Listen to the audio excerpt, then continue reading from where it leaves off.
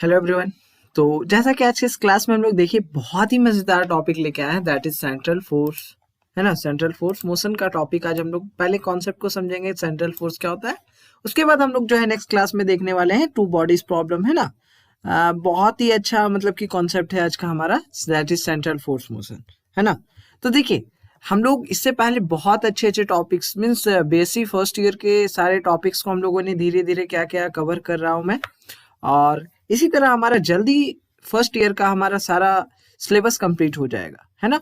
तो देखता हूँ क्या कि देखिए इतना मेहनत करने के बाद भी अगर देखिए क्या होता है कि आप लोग वीडियो को देखते हैं और चले जाते हैं, वीडियो कंप्लीट होता है, लेक्चर कंप्लीट कर लेते हैं, चले जाते हैं। यार थोड़ा सपोर्ट भी तो करना चाहिए किसी को। तो देखिए क्या है कि कम से कम एक देखिए यहाँ पर आपको basic first year, second year and third year तीनों का लेक्चर, थर्ड ईयर तक का लेक्चर आपको फिजिक्स ऑनर्स का मिलेगा। तो आपको बहुत बेनिफिट होने वाला है इस चैनल से। तो वीडियो को लाइक जरूर करें और बेल आइकन को प्रेस जरूर करें सब्सक्राइब करके। और उसके बाद चलिए छोड़िए, कोई बात नहीं है, आपकी मर्जी, है ना। मेरे को तो फोर्स, मैं आपको कुछ कह नहीं सकता, है ना। चलिए अब देखिए, आप सभी के ही सपोर्ट से हमारा चैनल एक दिन बहुत आगे जाएगा, ठीक है। तो बस इतना ही कहना था आप सभी से। तो चलिए स्टार्ट करते हैं आज का जो टॉपिक है, that is central force motion. Central force motion, central force क्या होता है? सेंट्रल फोर्स क्या होता है पता है? कि ऐसा फोर्स जो एक्ट करता है along the line joining two particles, means कोई दो पार्टिकल्स है। सपोज करो यहाँ एक पार्टिकल है, एक पार्टिकल यहाँ है। इस पॉइंट से एक ये पार्टिकल और एक ये पार्टिकल को जो लाइन ज्वाइनिंग करता है किसी एक पॉइंट से दो पार्टिकल्स को, मींस जैसे ज्वाइन करके रखता है हम लोग, आप लोग देख सकते हो, जैसे बोल सकते हैं ना आसानी से।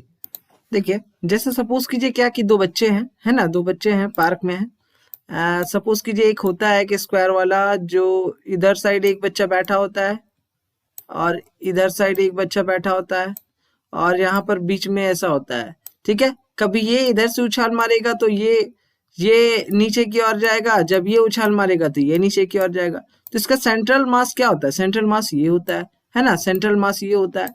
बोल सकते हैं ना कि two particles means act along the line joining between the two particles or the particles to the center of force, है ना। तो सेंट्रल फोर्स इसी को बोलते हैं कि जो फोर्स जो होता है जो एक्ट करता है, मतलब कि कोई दो पार्टिकल्स के बीच में, मतलब कि किसके मदद से, मतलब वो क्या होता है कि लाइन ज्वाइनिंग होता है दो पार्टिकल्स के बीच में, है ना। वहां पर क्या होता है, फोर्स एक्ट होता है, उसी को हम लोग सेंट्रल फोर्स बोलते हैं। क्लियरली तो सिंपल सा फंडा से आप लोग समझ सकते हैं। और मैथमेटिकली अगर कहा जाए तो सेंट्रल फोर्स को रिप्रेजेंट करते हैं वेक्टर से, वेक्टर फॉर्म में, है ना। And it is equal to the magnitude, and magnitude of central force, it is function of r, है ना। Magnitude of central force that is function of r, only, and its direction will always be the direction, मतलब कि इसका जो direction होगा ये हमेशा are cap के डायरेक्शन में होगा। क्यों होगा? क्योंकि आर कैप हमारा जो है यूनिट वेक्टर है in the direction of line which join the two particles. R cap क्या हमारा यहाँ यूनिट वेक्टर है, किस डायरेक्शन में? लाइन के डायरेक्शन में, जो हमारा ज्वाइन किया हुआ है दो पार्टिकल्स के बीच से, दो पार्टिकल्स को ज्वाइन करके रखा हुआ है ना। तो आर कैप यहाँ हमारा एक यूनिट वेक्टर है, ठीक है। तो क्लियर है। अब देखिए अगर इसका एग्जाम्पल देखें सेंट्रल फोर्स का, तो इसका एग्जाम्पल होता है gravitational force, electrostatics force, that means the force which acts along the charge which acts along the line joining the two particles or the particles to the center of charge, है ना। Electrostatic force भी बोल सकते हैं, इसका example होगा gravitational force. Commonly इसको आसानी से कह सकते हैं आप, जैसे बोलेंगे सेंट्रल फोर्स, जैसे प्रॉपर्टी अगर पूछा जाए आपसे सेंट्रल फोर्स का, तो सेंट्रल फोर्स जो है हमेशा कंजर्वेटिव फोर्स होता है। सेंट्रल फोर्स जो हमेशा कंजर्वेटिव फोर्स होता है, ये हम लोगों ने पिछले क्लास में पढ़ा था। ग्रेविटेशनल फोर्स ये हमारा क्या होता है, कंजर्वेटिव होता है। इलेक्ट्रोस्टैटिक्स फोर्स कंजर्वेटिव फोर्स होता है। तो इसलिए हम लोगों का जो सेंट्रल फोर्स होता है वो हमेशा कैसा फोर्स होता है, वो कंजर्वेटिव फोर्स होता है, ठीक है। ये हम लोगों ने देखा था, क्लियर है, पिछले क्लास में, मींस पिछले चैप्टर में हम लोगों ने देखा था। चलिए अब सेकंड प्रॉपर्टी देखते हैं कि देखिए in the previous chapter we have studied, देख हम लोगों ने पढ़ा था that the force is a conservative force. Force हमारा क्या होता है, कंजर्वेटिव फोर्स होता है ना। And then the conservative force it can be represented as negative gradient, हमारा जो कंजर्वेटिव फोर्स होगा वो रिप्रेजेंट करेंगे हम लोग उसको कैसे, नेगेटिव ग्रेडियंट से of potential energy. Okay, negative gradient of potential energy, ठीक है। कंजर्वेटिव फोर्स को हम लोग कैसे रिप्रेजेंट करेंगे, negative gradient of potential energy. Okay, clear है। अब चलिए एक चीज और देखिए, यहाँ पर ये तीसरा वाला जो फंडा है, तीसरा वाला जो प्रॉपर्टी है, ये बहुत इंपॉर्टेंट है, इसको हम लोग प्रूव भी करेंगे, है ना, प्रूव भी करेंगे। देखिए पहले देखते हैं क्या है तीसरा प्रॉपर्टी, तीसरा प्रॉपर्टी को देखते हैं, ठीक है। बोल रहा है कि when any body moves under the action of central force it's angular momentum is conserve. मतलब बोल रहा है क्या कि कोई बॉडी अगर मूव्स कर रहा है under the action of central force तो उसका जो मतलब कि एंगुलर मोमेंटम होगा वो कंजर्व होगा। अब ये कंजर्व होगा तो ये कैसे होगा, ये हम लोग चलिए समझते हैं, ठीक है। इसको प्रूव करेंगे तो आप ये पॉइंट जो है बहुत अच्छे से ये लाइन को आप समझ जाइएगा, बहुत अच्छे से देखिएगा। अभी हम लोग यहाँ पर प्रूव करने वाले हैं।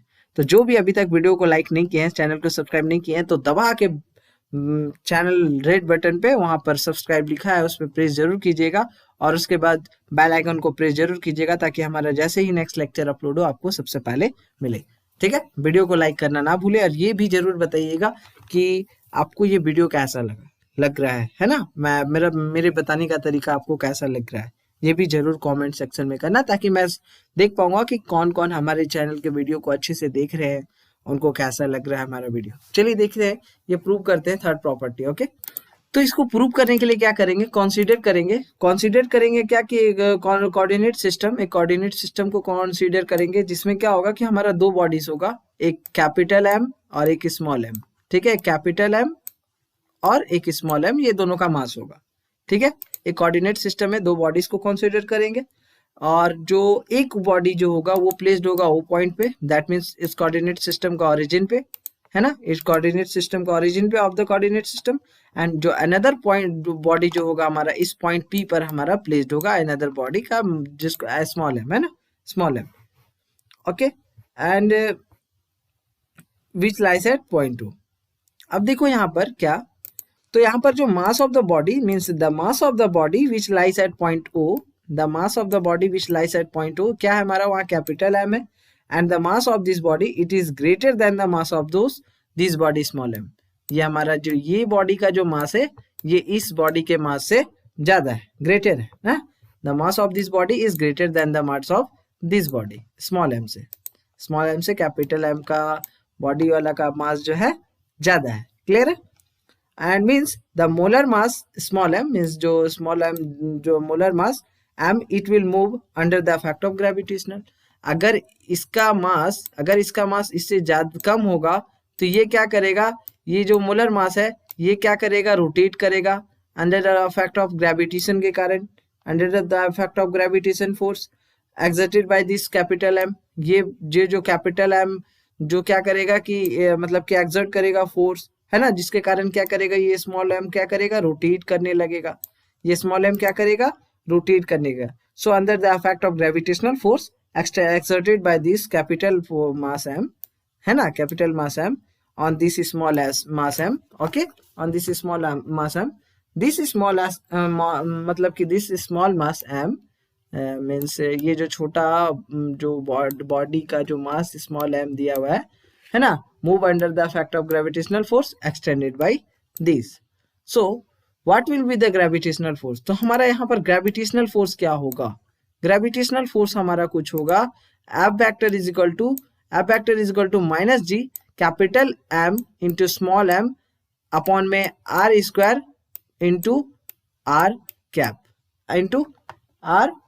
कैप। यहाँ पर देखो बाबू, यहाँ पर सिंपल सा कॉन्सेप्ट देखना, यहाँ पर जो हमारा ग्रेविटेशनल फोर्स होगा कुछ ये होगा, क्लियर है। अब यहाँ पर देखो नेगेटिव साइन दिख रहा होगा आपको माइनस जी, तो यहाँ पर जो नेगेटिव साइन इंडिकेट करता है कि जो फोर्स है वो अट्रैक्टिव इन नेचर है, ये जो फोर्स है वो हमारा कैसा फोर्स है, अट्रैक्टिव इन नेचर है ना। और जो डायरेक्शन होगा जो फोर्स का, जो direction of gravitational force, that means ये जो ग्रेविटेशनल फोर्स का डायरेक्शन होगा वो ऑपोजिट होगा इस आर कैप के डायरेक्शन में। ये अगर इस आर कैप का डायरेक्शन इधर कुछ इधर है तो मतलब कि इसका जो डायरेक्शन होगा बाबू इसके ऑपोजिट होगा, क्लियर है, समझ में आ गया।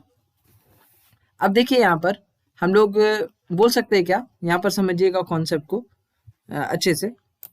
अगर हम टोर्क निकाले तो टोर्क का फॉर्मूला क्या होता है, force into perpendicular distance, but यहाँ पर टॉर्क वेक्टर फॉर्म में, दैट मीन्स यहाँ पर होगा हमारा R vector cross R vector cross क्या होगा यहाँ पर, देखो R vector cross F vector, okay, R vector cross F vector, तो torque vector is equal to are vector, और हमने यहाँ पर एफ का वैल्यू यहाँ पर यहाँ देखिए हम लोगों ने निकाला है, तो ये हम लोग यहाँ पर लिख देंगे। क्लियर है। अब देखिए कॉन्सेप्ट देखिएगा कि टोर्क इज इक्वल टू, यहाँ पर हम लोगों ने लिखा था एफ का, तो यहाँ पर जो हमारा ये जो minus G capital M into M, capital M into M upon में आर स्क्वायर, ये हमारा स्केलर है, स्केलर है, दैट मीन्स इसको बाहर कर देंगे तो हमारा क्या हो जाएगा, r vector cross r cap, r vector cross r cap. अब तो हमारा देखिए r vector cross r cap, ठीक है। अब देखिए यहाँ पर एक कॉन्सेप्ट को समझिएगा, अगर आर कैप का डायरेक्शन और आर वेक्टर का डायरेक्शन सेम होगा, दैट मीन्स पैरेलल होगा, तो थीटा का जो वैल्यू होगा, दैट मीन्स यहाँ जो एंगल बनेगा जो थीटा होगा वो वैल्यू 0 होगा, दैट मीन्स ये 0 हो जाएगा, that means torque is equal to torque vector is equal to 0। Clear है। ऑल्सो हम लोग टोर्क को डिफाइन कर सकते हैं as the time rate of change of angular momentum vector, that means torque is equal to d L vector upon में d t, है ना।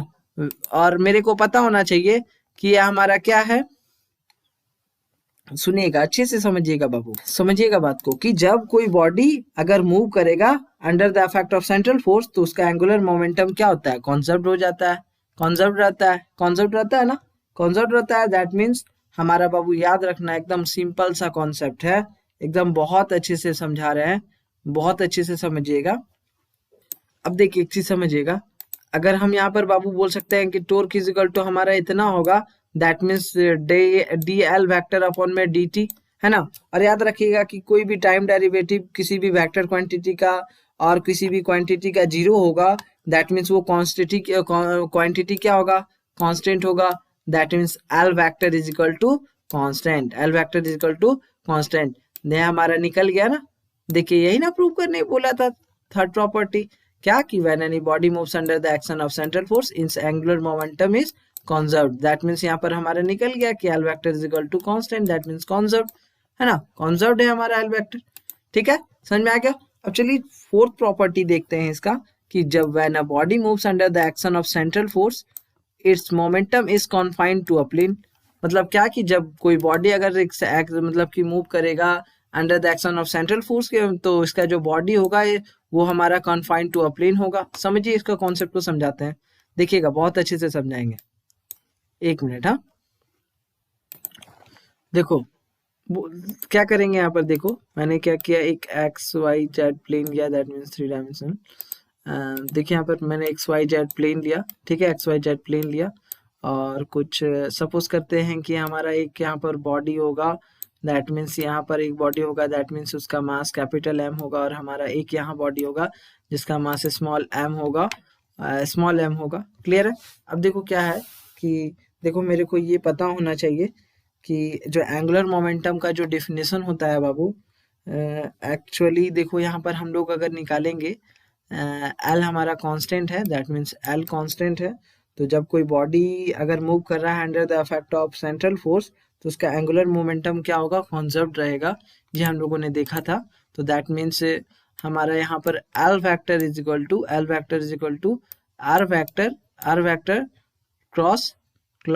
क्रॉस लीनियर मोमेंटम, है ना, लीनियर मोमेंटम।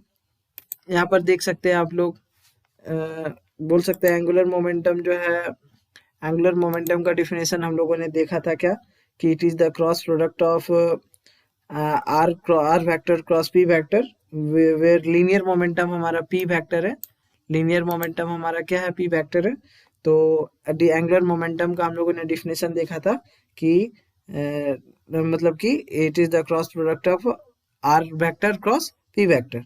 अगर यहाँ पर लीनियर मोमेंटम का बात किया जाए, दैट मीन्स पी वेक्टर, तो इफ v इज द, अगर मतलब हमारा v वेलोसिटी होगा इस स्मॉल मास m का, तब हमारा l वेक्टर जो होगा हमारा कुछ ये r वेक्टर, अब p का वैल्यू जो होगा कुछ m v वेक्टर। ठीक है, एम वी वेक्टर। ठीक है, अब देखो यहाँ पर हमारा एम जो है स्केलर है, दैट मीन्स इसको बाहर कर देंगे तो हमारा कुछ होगा r vector cross v vector, है ना, r vector cross v vector. अब मेरे को पता है कि ये एल वेक्टर जो है हमारा कॉन्जर्व्ड है।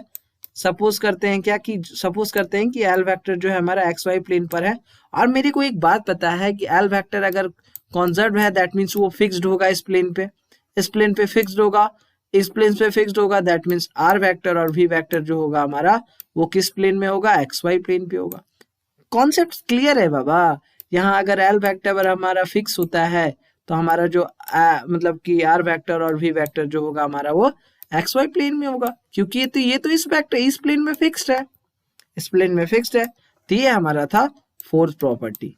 तो बहुत अच्छे से हम लोगों ने देखा आज सेंट्रल फोर्स, और हम लोग नेक्स्ट क्लास में देखने वाले हैं two bodies problem, that is central force, मतलब कि हम लोग बहुत अच्छे से समझेंगे सेंट्रल फोर्स मोशन का टू बॉडीज प्रॉब्लम को। ठीक है, तो जो भी वीडियो को लाइक नहीं किया लाइक जरूर कीजिएगा, चैनल को सब्सक्राइब जरूर कीजिएगा, और मिलते हैं हम लोग नेक्स्ट क्लास में, है ना। आज के इस वीडियो में हमसे जुड़ने के लिए बहुत बहुत धन्यवाद।